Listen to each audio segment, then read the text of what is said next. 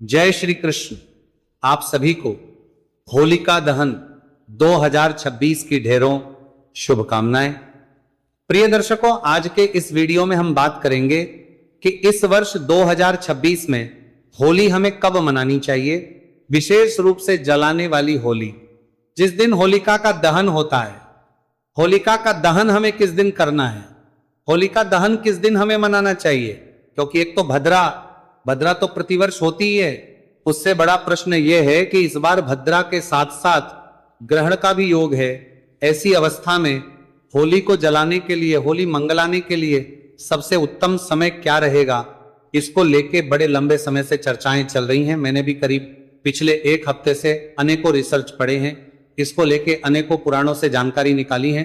तब मैं आज ये जानकारी आपके सामने लेके आया हूं, जिससे कि आप सही शास्त्रीय विधि से सही मुहूर्त के अनुसार अपनी इस होलिका दहन के कार्य को कर पाएं। क्योंकि एक बड़ा है और शास्त्र अनुसार ही इसकी जानकारी प्रदान की जाए, यह बड़ा आवश्यक है।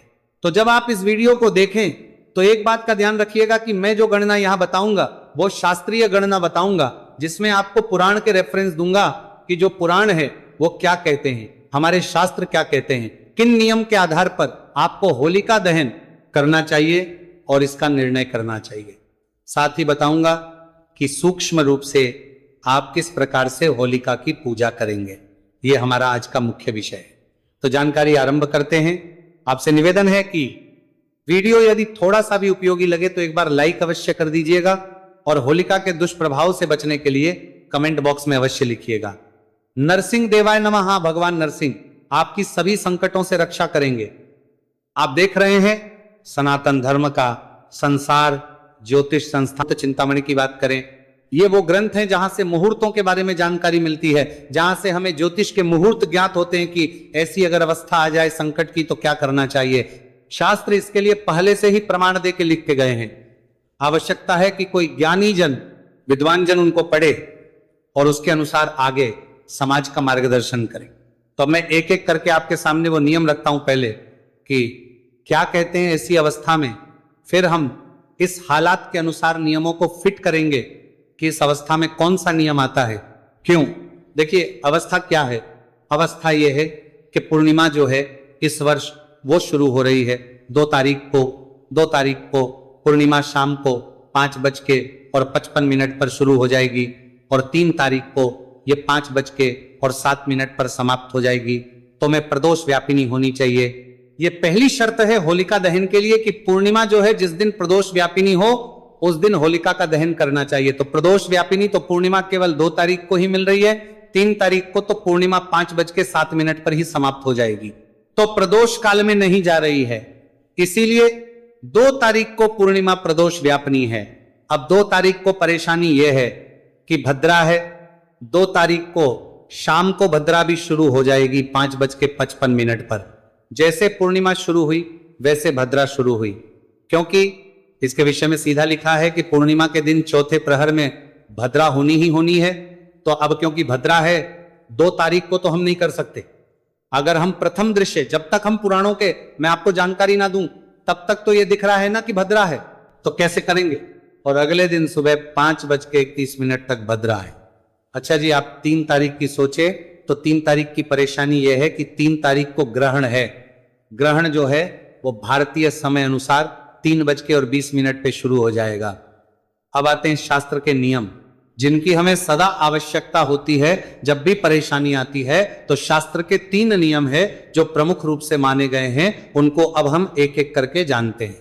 पहला कहते हैं कि होलिका दहन में प्रदोष व्यापिनी पूर्णिमा ली जानी चाहिए, और यदि पूर्णिमा तिथि दोनों दिन प्रदोष व्यापिनी हो तो दूसरे दिन वाली पूर्णिमा लेनी चाहिए। और यदि प्रदोष में भद्रा हो तो भद्रा के मुख की घड़ी को छोड़कर, मुख की घड़ी को त्याग कर प्रदोष वेला में दहन करना चाहिए। ध्यान दीजिएगा, अगर पहले दिन प्रदोष में है और दोनों दिन प्रदोष में है तो दूसरे दिन वाली पूर्णिमा लेनी है। पर यहां क्या है, दूसरे दिन प्रदोष में है नहीं, पहले दिन केवल प्रदोष में है। और भद्रा हो तो भद्रा की मुख की घड़ी है, उसको त्याग देना चाहिए और प्रदोष वेला में दहन करना चाहिए। अर्थात जब भद्रा का मुख चल रहा हो उस समय में ना करके उसके बाद प्रदोष वेला में इसको किया जाना उत्तम रहता है। दूसरा नियम क्या कहता है? दूसरा नियम कहता है कि यदि पहले दिन यानी चतुर्दशी मिश्रित पूर्णिमा वाले दिन रात्रि भर भद्रा हो एवं दूसरे दिन प्रदोष के समय पूर्णिमा का रहे, तब भी उस समय यदि चंद्र ग्रहण हो तो ऐसे अवसर में पहले दिन भद्रा हो तब भी सूर्यास्त के पहले होली मंगला देनी चाहिए। यदि दूसरे दिन प्रदोष के समय पूर्णिमा हो और भद्रा उससे पहले समाप्त होने वाली हो लेकिन चंद्र ग्रहण हो तो उसके शुद्ध होने के बाद ही स्नान करके होलिका दहन करना चाहिए। अब तीसरी जो कंडीशन है उस पर ध्यान दें।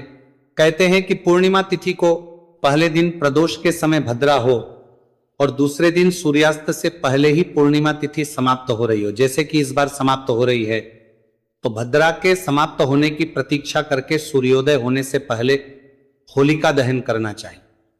यहां तक कहते हैं शास्त्र की यदि पहले दिन मान लो प्रदोष में पूर्णिमा ना हो और बाद में जब पूर्णिमा आए तो रात्रि भर भद्रा हो और दूसरे भी सूर्यास्त से पहले ही पूर्णिमा समाप्त हो रही हो, तो ऐसे में पहले दिन भद्रा हो तब भी भद्रा के कुछ में होलिका दहन कर देना चाहिए। ये शास्त्र के प्रमुख नियम है जो मैंने आपके सामने रखे हैं। अब इस वर्ष जो है कि पूर्णिमा प्रथम दिन पहले दिन अर्थात 2 मार्च को प्रदोष व्यापिनी है, पर भद्रा शुरू हो जाएगी 5:55 पर, परंतु प्रदोष व्यापिनी है नहीं और ग्रहण भी है, तो ऐसी अवस्था के लिए हमारे शास्त्रों में सीधा निर्देश है। इसको एक बार सुन लीजिए और निर्णय सामने होगा। ऐसी अवस्था के लिए शास्त्र कहते हैं कि पूर्णिमा अर्थात कभी भी यदि ऐसी स्थिति उत्पन्न होती है कि आपके प्रथम दिवस पर प्रदोष में पूर्णिमा है और भद्रा है और दूसरे दिन पर ग्रहण हो रहा है और पूर्णिमा समाप्त हो रही है, तो उस अवस्था में ग्रहण के दिन तो किसी भी हालत में आप कर ही नहीं सकते। आपको जिस दिन भद्रा है और प्रदोष काल है प्रथम दिवस पर, उस दिन ही भद्रा के पुच्छ में होलिका दीपन होलिका दहन कर देना चाहिए। भद्रा पुच्छ के समय की सीधी सीधी आपको परमिशन दी गई है, भद्रा पुच्छ में आपको यह कार्य करना चाहिए। इसीलिए 2 तारीख को ही यह होलिका दहन का कार्य होना चाहिए। 3 तारीख को किसी भी हालात में संभव नहीं है, क्योंकि 3 तारीख को प्रदोष व्यापिनी पूर्णिमा नहीं है, जो कि प्रथम शर्त होलिका दहन के लिए। तो अब प्रश्न उठता है कि होलिका दहन करें कब? देखिए, आप 2 मार्च को शाम को 6:39 से और 8:50 के बीच में कर सकते हैं, और इसमें भी अति श्रेष्ठ अगर समय की बात करें तो 7:55 से और 8:51 का जो समय है ये श्रेष्ठतम समय है, क्योंकि भद्रा पुच्छ जो है ये मुहूर्त रहेगा और प्रदोष व्यापिनी भी रहेगी, इसमें आप करें। दूसरा, आप सभी चीजों से होना चाहते हैं तो भद्रा समाप्त हो जाएगी सुबह में 5:31 पर, और शास्त्रों में यह भी कहा है कि जब प्रदोष व्यापिनी पूर्णिमा हो तो भद्रा के समाप्त होने के बाद और सूर्योदय से पहले किया जा सकता है। भद्रा समाप्त कब होगी? 5:31 पर भद्रा समाप्त हो जाएगी और सूर्योदय से पहले कर लीजिए। सूर्योदय इस दिन हो रहा है सुबह 6:49 पर, तो आप 5:32 से और 6:30 के बीच में ये 1 घंटे का समय है, इसमें कर लीजिए, ये उत्तम रहेगा। ये मुहूर्त हैं जो सही बनते हैं, इनमें आप अगर होलिका दहन करते हैं तो कल्याणकारी रहेगा। कुछ और पूछना चाहे तो कमेंट बॉक्स में लिख के पूछ लीजिएगा। सभी